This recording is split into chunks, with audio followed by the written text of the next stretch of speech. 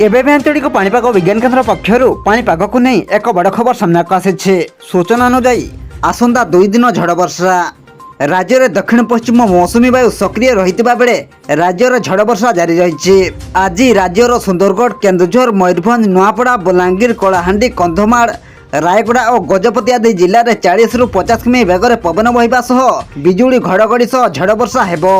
तेबे आसंतु नजर पकाइबा आसंता 2 दिन केउं सब जिले में झड़ वर्षा हबार संभावना अधिक रही एवं केउं जिला को अलर्ट जारी करिछि आम भुवनेश्वर स्थित आंचलिक पाणीपाग विभाग।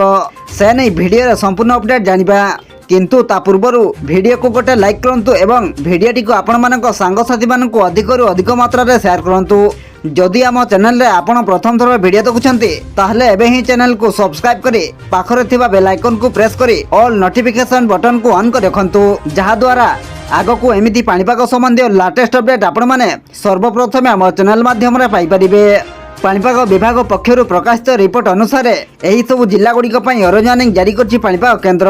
27 तारिख अर्थात आसंता काली राज्यर विभिन्न स्थान में बिजुली घड़घड़ी सह झड़ वर्षा हेबो। पाणीपाग केन्द्र सूचना मुताबक 28 और 29 तारिख में ओडिशार मुख्यतः पाग शुखिला रहिबो।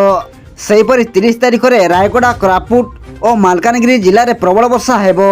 सेहीपरि जुलाई 1 तारिख ठारू केन्दुझर, मयूरभंज, कंधमाल, रायगड़ा, कोरापुट, मालकानगिरी और गजपति जिलार केतेक स्थान में प्रबल वर्षा आशंका थिबा सूचना मिली।